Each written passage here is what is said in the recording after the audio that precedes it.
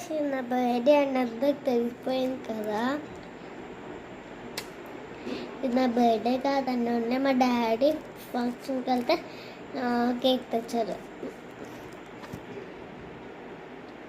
నేను వెళ్ళలేదండి,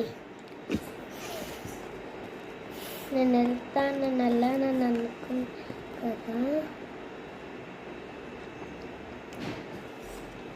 క్రీమ్ అయితే సూపర్ ఉంది.